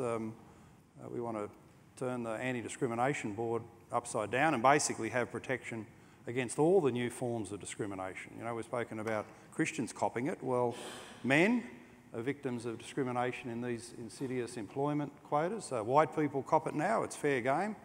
Anti-white racism out there in the public arena, so-called white male privilege. I never saw any of that in Green Valley or Minto or Claymore or Ayres or Macquarie Fields. When I was growing up and representing them in the parliament, I thought the typical person in my electorate who was doing it tough was the white bloke restructured out of manufacturing. How silly was I? He was an example of white male privilege. How were you to know walking through Claymore that was the case? Who would have thought? So, these leftists have lost the plot, and we need new protections across the board. Okay, you can talk about minorities who copped it in the past. There's a new group copping it now, and we've got to broaden the scope of anti-discrimination laws so that nobody in society is discriminated against. All forms of prejudice are bad in society, and we've got to broaden the umbrella so everyone's protected. Thank you. Greg. Yes, I support the answers that have already been given. It's important for us not to take a passive approach. We need to be active in ensuring that laws and policies adequately protect the well-being of Christians and other religious groups in our society. The discrimination legislation in New South Wales, as I mentioned, currently provides strong protection to religious schools, some religious tertiary institutions. So there isn't a problem there yet, but it's very likely the New South Wales Parliament is going to make changes in that in the next parliamentary session or the one after that to remove these protections. So we need to be on the front foot in making sure we'll defend religious organisations. At the moment in New South Wales, under that Act, there's no protection against religious discrimination with a few exceptions. So many people are arguing we should include religion as one of the grounds that is protected under the Anti-Discrimination Act. I'm supportive of that, but we need to be careful because it's more complex than it might seem, because it also may mean that religious organisations will have their ability to protect their religious ethos undermined. If you're a Christian school and you can't say no to a Buddhist who wants to be a maths teacher or an English teacher or some kind of ethics teacher at your school, it's more complex than it might seem than just saying we need to add religion to the Anti-Discrimination Act. That's a concern. Vilification laws are a concern as well. So Sonia Kruger, as you may know, she was taken to a tribunal recently. She was held not to have engaged in vilification for the comments that she made about stopping Islamic immigration, or at least temporarily halting it. But if you look at the case, the tribunal member didn't say Islam couldn't be a race. They said the two tribunal members, they said the term Muslims in Australia may be a race under the definition of race in the Act, but there's not enough evidence before us to reach that conclusion. So we may already have religious vilification laws in New South Wales, and there's many parliamentarians that want to introduce that, and religious vilification laws have shown to be hostile, shown to be adverse to the interests of Christians. Because when Christians want to promote their message, it's very easy for someone to make a complaint to a tribunal that what they're doing, the Christians doing, is engaging in religious vilification. We saw this in Victoria with the Catch the Fire case, where this happened. 2 Christian pastors were taken to a tribunal, eventually went to a court for what they said about Islam. So we shouldn't look at religious vilification laws as something that are necessary to protect Christians. They may ultimately have the exact opposite effect of undermining the religious freedom of Christians to express their views about Christianity and other faiths. So that's a concern. There's also a concern about government funding, as I was saying, that they may. We saw this recently with Tanya Plibersek, what she wants to do with abortion and public hospitals. We'll see this in many other situations as well. Government funding, use of government resources, and there'll be conditions attached to it that if you want to access these resources, you need to, say, adopt an equality policy, and the equality policy will have different principles which will be contrary to traditional Christian understandings of ethics. That's the third major challenge which we need to be upfront with, that government shouldn't be using our money, it's taxpayers' money, to undermine the ability of Christians to be true to their religious beliefs and only give them the funding if they'll accept conditions which are contrary to Christianity. So the simple answer is we can't just be passive, we have to be active, not just in the laws, but the policy and also in cultural change. Thank you, Greg. We'll finish up with Paul. It's good he answered some of the stuff in mine, but it's good that you hear that because it's really complex. It's not that easy. But the Christian Democratic Party, once we heard about the Ruddock report, once we've seen the response to the same-sex marriage issue in Feds and realised that the government wasn't going to honour any of those, we needed to move on it and at least do what we could to address New South Wales. So we introduced the Anti-Discrimination Amendment Religious Freedom Bill 2018. And of course, this bill was to amend the Anti-Discrimination Act of 1977. Firstly, to prohibit discrimination on the ground of a person's religious belief and religious activities. Secondly, to prohibit public authorities and officials from subjecting faith-based entities to detrimental treatment on the grounds of faith, which Greg just spoke about. Thirdly, to provide the Act does not affect the appointment of persons by faith-based entities, the discharge of duties of chaplains, or certain other acts of practices of faith-based entities. And of course, secondly to that, certain conduct by persons who hold belief or conviction that marriage and family are based on the concept of a union between one man and one woman, or that a person can only be one of two genders, that is either male or female. And D, to make it clear that the proposed provisions about religious and faith do not give rise to any ground of complaint or appeal in relation to certain land use planning decisions by local councils. Now, what does all that mean? Well, really, it comes down to this thing, is that Christians are the most persecuted group across the world. There's over 260 million people being persecuted for their Christian faith. So, you know, when we talk about who's been persecuted, we are the greatest persecuted group across the thing. So let's not be tricked about what's happening here, is that we have done something to try and protect our church interests, our faith-based interests. And this is all faiths, okay? It's not just us. It could be a Jewish hospital, or it could be some sort of kindergarten with another faith. And they don't want to entertain the gender diversity policy of the state government. And the state government say, well, if you're going to get grant funds, you have to tick this box. And that might mean you have to have these books in your library, or you have to do this, or you have to do that. This bill says, no, you can't make us do that, and then say we don't get the grant or the funding, okay? And another major part of this, because of time, is why do you have chaplains? I mean, you want PE, you get a sports coach. You know, if you've got a mental illness, you get a psychologist or someone that can address you. When you've got a spiritual health issue, you need chaplains, you need a priest, you need a reverend and pastor. You need someone that can minister to the spiritual thing. And I believe that actually if we had a lot more spiritual, those opportunities for chaplains to do what I've asked in school, where they could pray over people, there'd probably be a lot less mental health. And that's because it's a spiritual health issue, and we need holistic care. So that's what the Christian Democrats have done. We couldn't get it up in the upper house. We lost time, lost the momentum to be able to pull it off in the time. But with some of these wonderful men being elected, hopefully with myself, there's a new day on the horizon.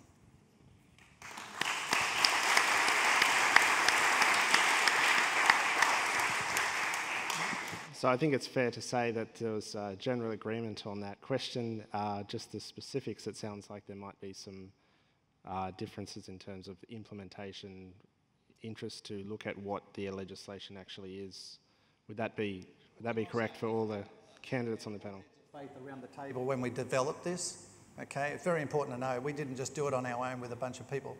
We had a lot of smart minds around the table from all faiths to say, hey, we've got to look after our interests here. We want the right to share our faith without fear and prejudice, just like everyone shares their life with us. Thank you. One of the answers in the previous question raises another question which I want to turn to now, which is the question of abortion in New South Wales. We know that there is a push for women to have access to abortion for reasons that don't impact on their health. The way they're doing this is they want to decriminalise abortion in New South Wales. And my question is, will you stand against that push? And I will start, I'll start with Greg and then work way across. Yeah, so essentially there's a movement at the moment to introduce Victorian-style abortion laws into New South Wales.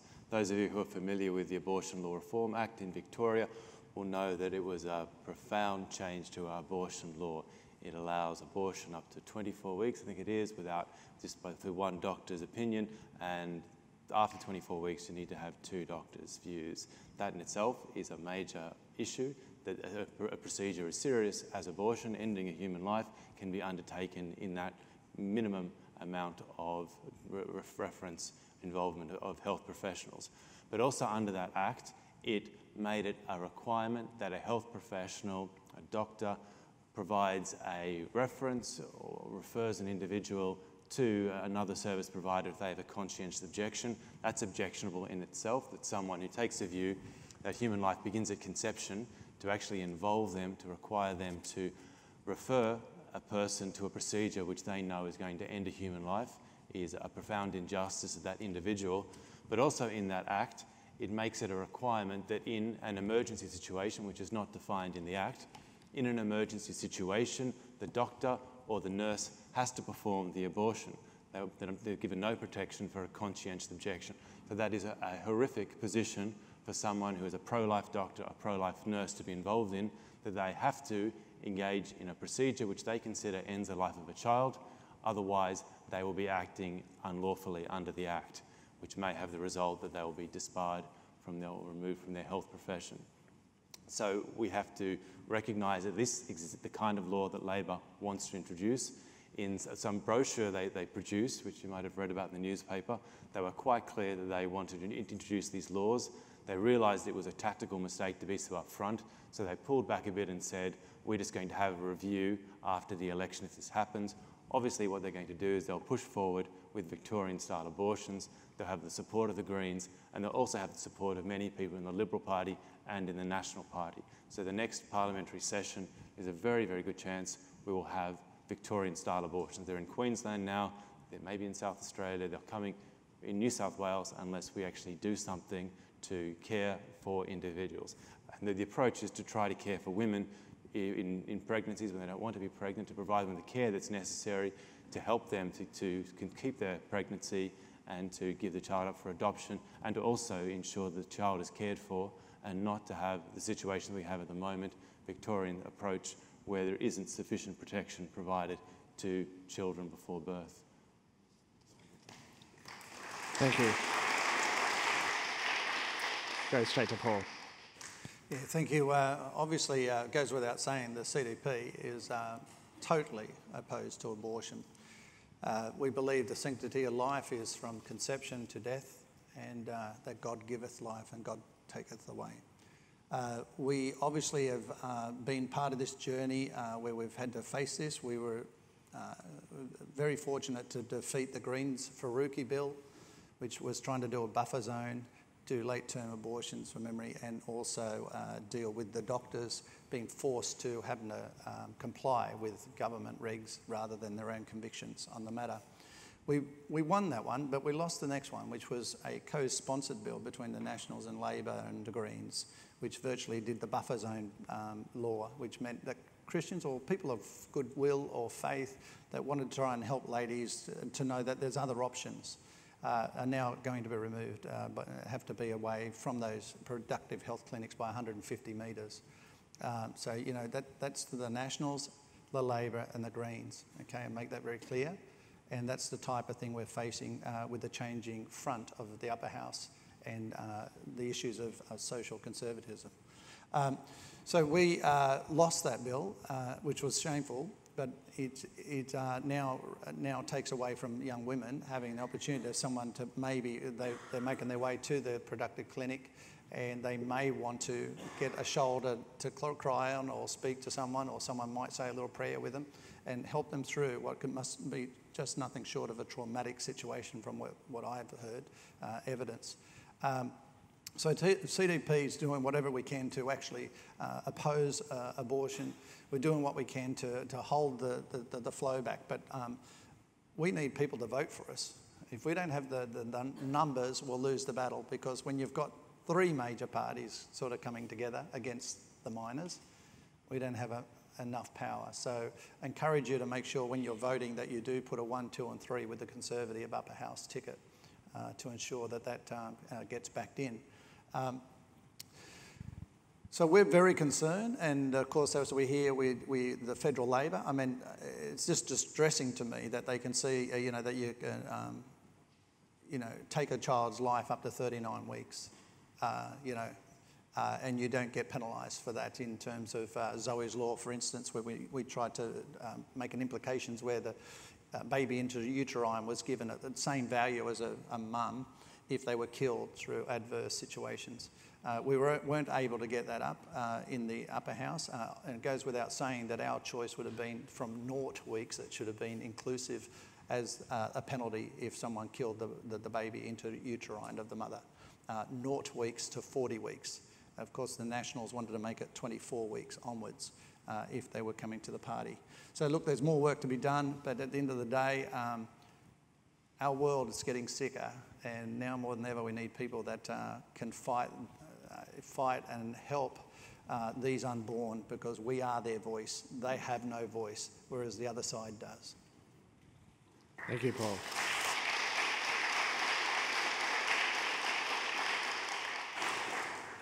Look, this is always a touchy issue, like other ones.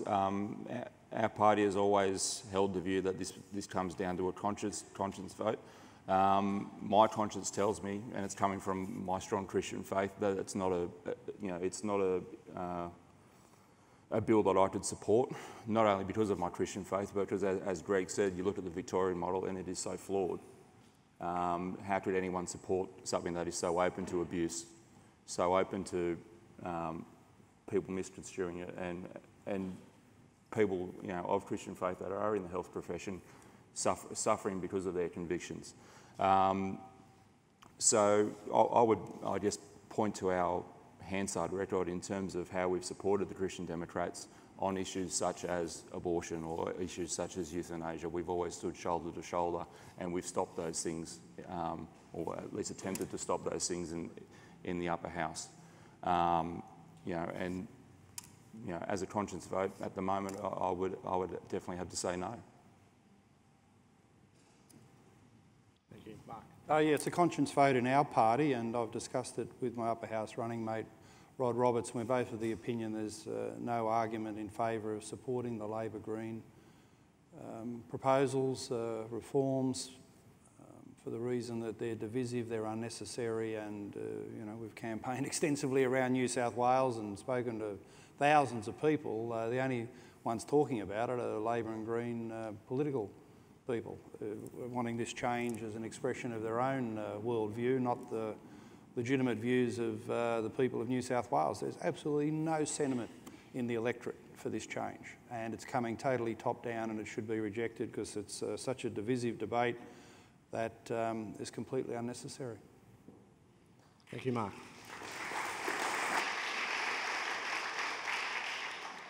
I turn from one life issue now to a different life issue, which is the topic of euthanasia. We know that in Victoria, euthanasia has been made legal, and I believe that legislation's come into effect recently. And so my question is, it was defeated in New South Wales, I believe, by 1 vote, and so your votes will be key in the upper house on this topic, and the people who have, the proponents of this euthanasia law have vowed that they will come back and have another go at it. So it's likely that that will occur in the next term of Parliament. My question to each of you is, where do you stand on that issue, and would you vote for laws which legalise euthanasia? And I'll start. I'll start with Mark Latham, because I don't think I've started with him. Yeah, on the public record, in 1996 as a parliamentarian, I was an opponent of the Kevin Andrews legislation, so that would have positioned me as a supporter of voluntary euthanasia. In recent times, though, I've got to say that I'm torn. I'm rethinking the issue on 2 fronts. I don't like fanaticism of any kind in public life. I worry about the ongoing presence of Philip Nitschke in particular. It's almost like it's some form of death cult, the enthusiasm with which he pursues the matter. And also, clearly, you know, we saw in this recent Medivac Manus Island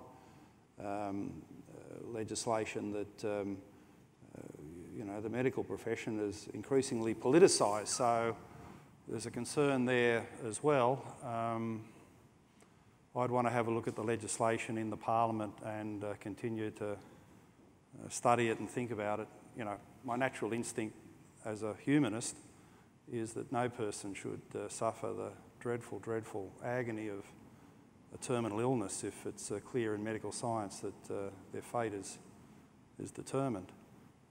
But, you know, you also see the medical elements that led by Nitschke that make you worry that perhaps there'll be people condemned to that fate, and involvement of other elements around them that they weren't necessarily going to pass away. So, yeah, I'd want to have a look at whatever legislation came forward and further explore the issue and think about it, because it's not, my position, it's not an easy thing to think through. I feel a bit vulnerable in this because I'm so decisive on most political issues and feel a little bit inadequate that on this one I'm torn, but perhaps I can be allowed that on one question at least. Thank you. We'll proceed straight to Mark Banazic and then move across Paul and then finish with Greg. Yeah, look, it is a divisive issue. It's a divisive issue amongst people of religious faith, because we're not immune to our relatives going through those experiences where they have long drawn out illnesses before they pass away. And as a Christian, you know, I don't want to see anybody suffer.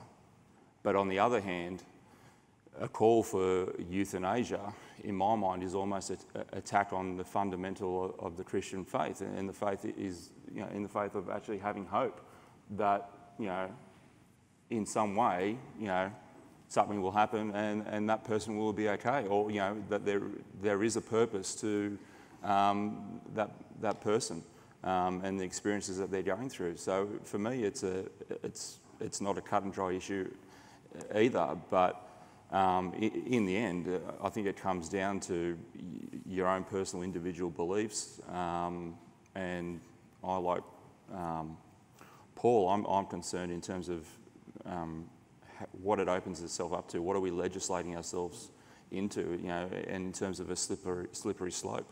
You know, as Mark said, what are the repercussions of us signing over essentially our own free will in terms of whether we die naturally or someone pulls the plug on us prematurely, potentially. And also from a legislation perspective, I would need to look at also the details in terms of what sufficient protections are provided to those doctors and nurses who are actually making that final decision, because it's not an easy decision for them either to make, particularly if they are of a religious background. They might have their own convictions. What, you know, are there going to be repercussions if they choose not to perform that euthanasia, or they choose to perform that euthanasia and then the family disagree with it. There's some clear fundamental questions that need to be answered about this topic before we can actually, actually have a proper vote on it, and it'll come down to the details of the legislation. But in terms of my own personal beliefs, I have to say no, and I point to the Hansard record again. In the upper house, we opposed it the time that it came around the other year, and I don't see that changing this time around. Thank you.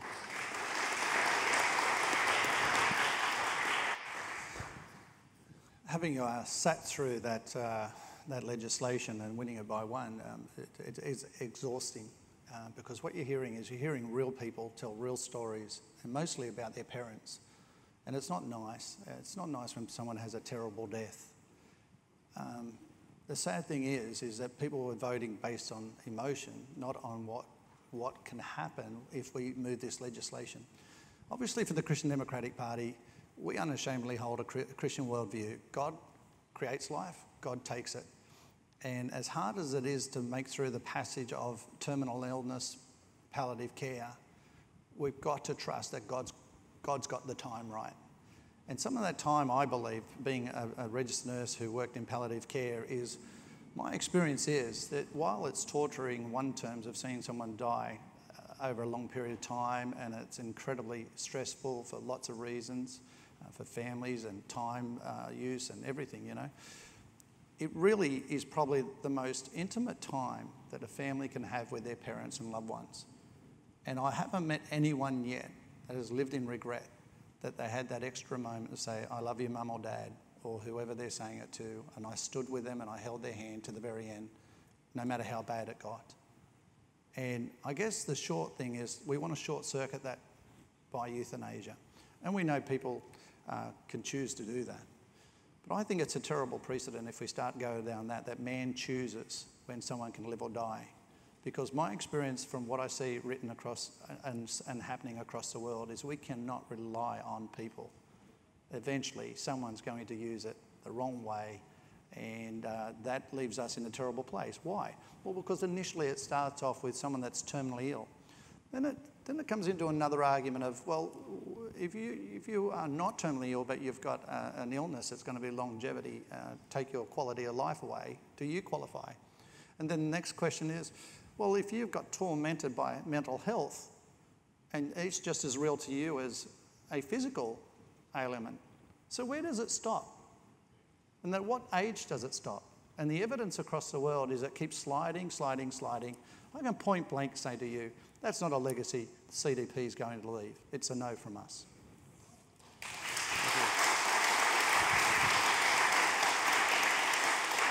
Looks like we have a question from Mark. I didn't know Paul's background in that aspect of nursing, and I'm wanting to find out more in this. What of the informal practice of families that agree to pull the plug, or there's a needle administered for what one might think of as a natural moment of death, which does happen. It does happen, and isn't that an informal euthanasia that's already in the system? Well, one could argue there's a type in terms of palliative care, which is obviously trying to keep someone pain-free until they pass away. Okay, that's what palliative care is. And it's a lovely thing to be able to make someone comfortable and see them out naturally like that. But one would argue, are a set of drugs given to hasten that ending? Now, I'm not going to make comment on that, but it is well known that obviously if you're having enough morphine near end stages, it will hasten your not only peace and your ability to be pain-free, but it may also quicken the outcome. But I think that's, I don't see that the same way as going to give someone an injection and they're dead in 20 seconds. And other people that might be travelling wanting the time to say goodbye. There's a distinct difference in pain-free palliative care as opposed to giving someone a needle deliberately killing them in those terms. Even if they've chosen to go that way, I just think it's not. I think we have to do what doctors believe, and this is the other problem with it, is you don't want doctors to ever be forced to have to comply to their oath is to be always believing the very best for the patient. suddenly it flips, going, actually, now there's another option.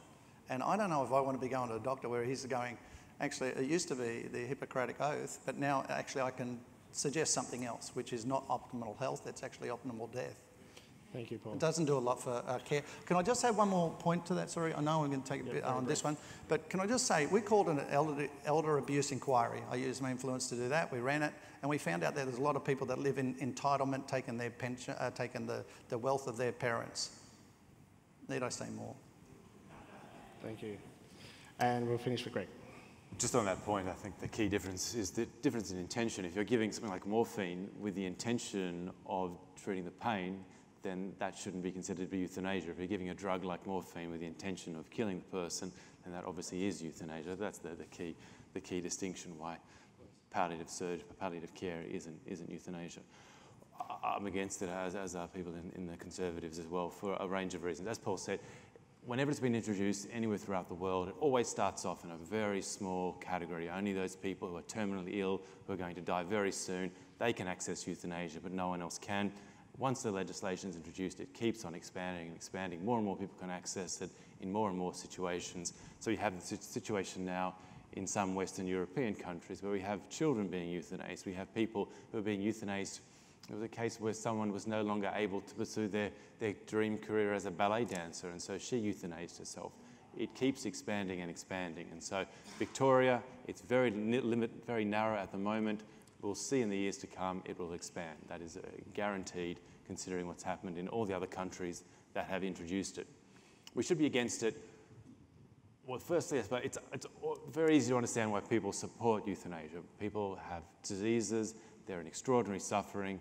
It's easy to understand why people reach the conclusion that the compassionate approach is to allow that person to kill themselves, and if they can't kill themselves, the doctor to kill them. So it's understandable. I know why people reach that conclusion, but this, like so many issues, is when you're thinking about what the law should be, not to focus on individual cases, but to focus on everyone who are going to be affected by that law. And as Paul was suggesting, once you make it the case that a person can legally kill themselves or arrange for a doctor to kill them, it's inevitably going to put pressure on some of the most vulnerable people in our community. People who are elderly, who have diseases, who have some other kind of condition, where some people might think their life's no longer worth living, they are going to feel pressured to consent to euthanasia on the basis that they think their life is no longer valuable. Once you allow that as an option, it will pressure some people to kill themselves, to commit suicide lawfully, because we've allowed that now as an option.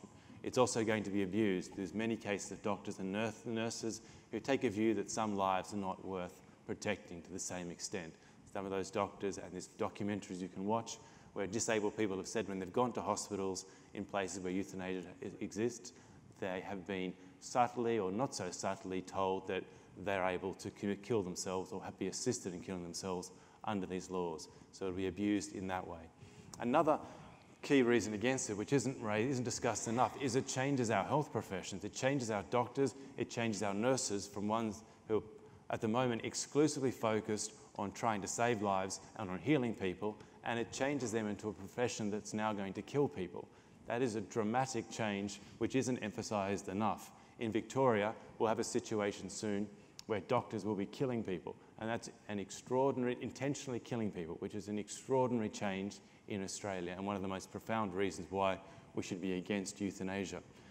So for those reasons, and from the simple fact that we should be caring for individuals in their difficulties, in their diseases, treating them with respect, caring for them, recognising their dignity doesn't depend upon their health, and euthanasia shouldn't be allowed because it's not, you should care for the patient, we should do whatever we can to address their pain, but killing an individual isn't an appropriate or a compassionate or a dignified approach to those in need. Thank you very much.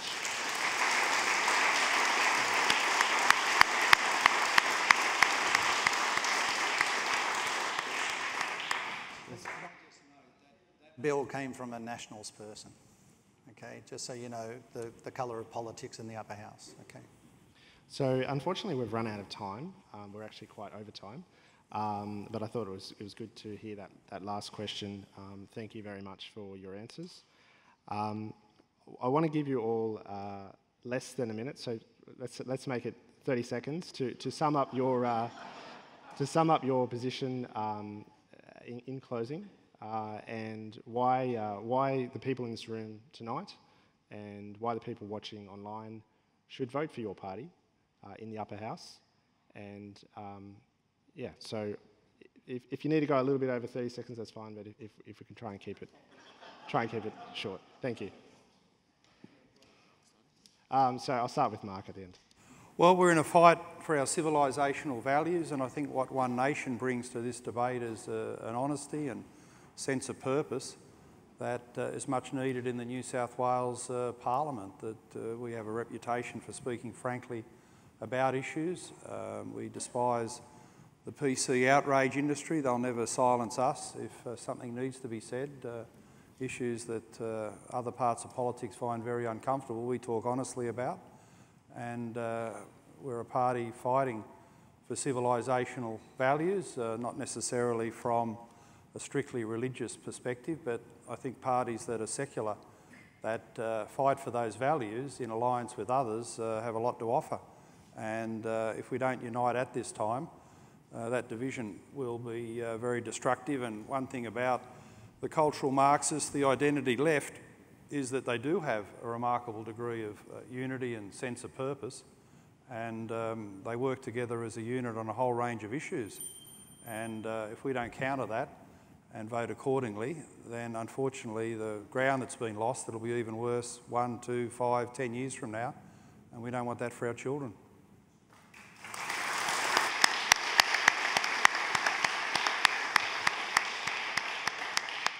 Mark Panazzi.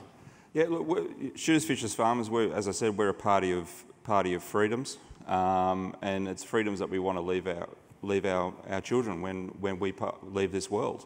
We've got a proven track record of working with the Christian Democrats. We've got a proven track record of standing up for freedoms in all its dimensions. So I would just strongly suggest that you help us maintain that conservative balance, not only in the upper house but also in the lower house where possible, because we realise that we can't necessarily get everything done just in the upper house. We need the balance of power. We need the influence in the lower house as well to really ensure that our conservative voice is heard, and the voice of common sense is heard, because it's severely lacking in the majors and the Greens. And I won't even talk about the Animal Justice Party. Thank you.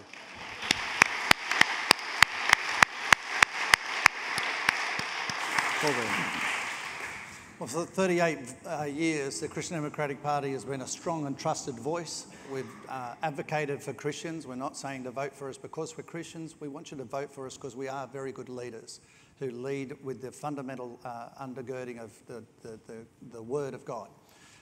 The fact is, God wishes our society to prosper and be better off and the well-being. The fact is, God wants peace. We tried to do that, to deliver that. We're pro-life. We proudly do what we believe God would have us do in Parliament. Can I say, I'd be proud to work with any of these men in the upper house, and if re-elected, we'll do that, and that'd be fantastic. I need 200,000 number ones to win my position back. It is very vulnerable position, so I ask for your first vote, not your second or third. In terms of what I finally want to say is this: Romans 1:16 is pretty the epitome of what we stand for. We are not ashamed of the gospel of his name, for it is the power unto salvation for mankind, if they so choose. That's who we are. That's what we defend. It's what we advocate for. And we now more than ever need a solid Christian party with other players to defend our freedoms, religion and freedom. We want to keep our SRE in our school, and we want to defend the right for chaplains to do what they do best and help the spiritual health of our kids in our schools.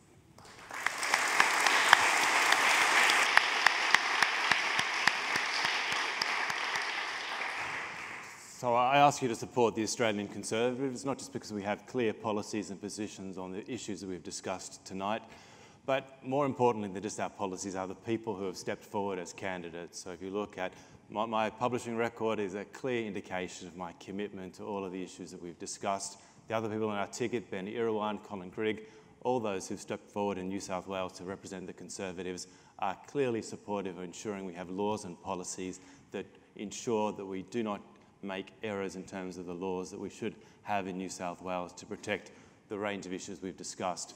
Also, on the Commonwealth level, we have some of the most prominent, well-known Christians in the country. Sophie York here, who did an incredible job in trying to defend marriage. We have Kevin Bailey in Victoria, who's been very active in promoting Christianity throughout Australia. And obviously, Lyle Shelton is one of the most prominent Christians in the country, who for decades has been doing everything he can to ensure the Christian community is protected.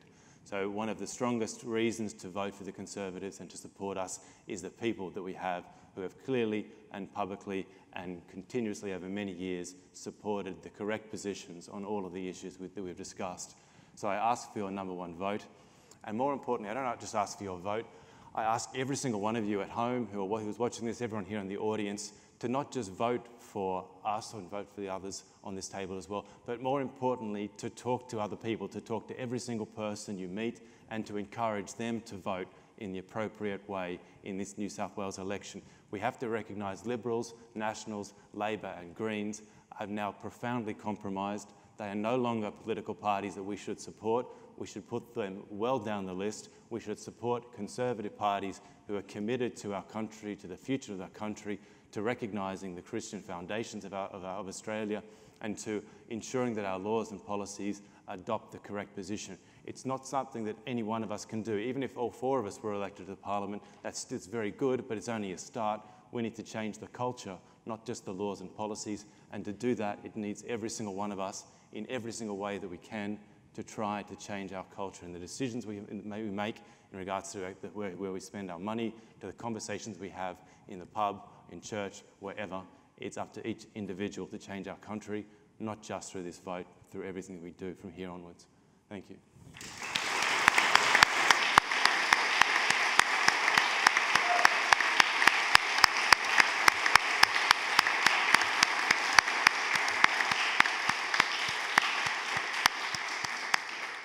Well, I want to say thank you so much to all of the candidates tonight for fantastic answers that they've given to the questions, fantastic presentation.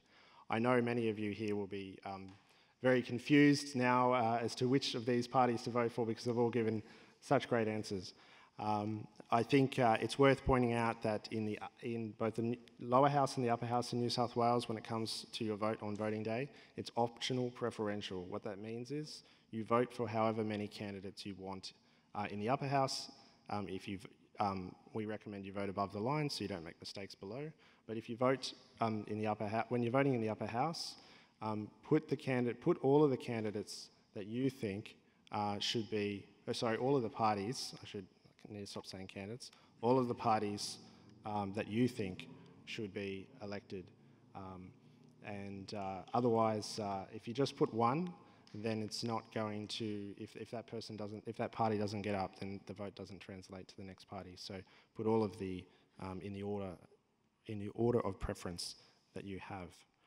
So once again, I want to say thank you very much. I will point out that, there's one other point I wanted to make, was that the government in New South Wales is controlled by the lower house. The parties represented here tonight are in the upper house. They are essentially a check and balance. They are the cross party.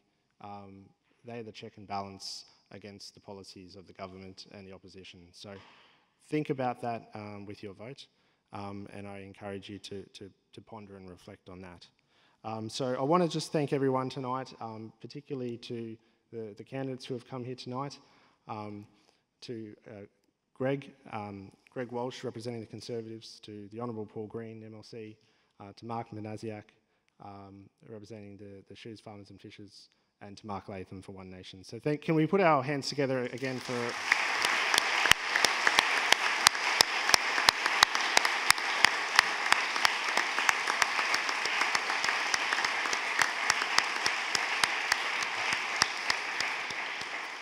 I also want to thank the church here, Village Church Annandale, for the great support in allowing us to use their venue.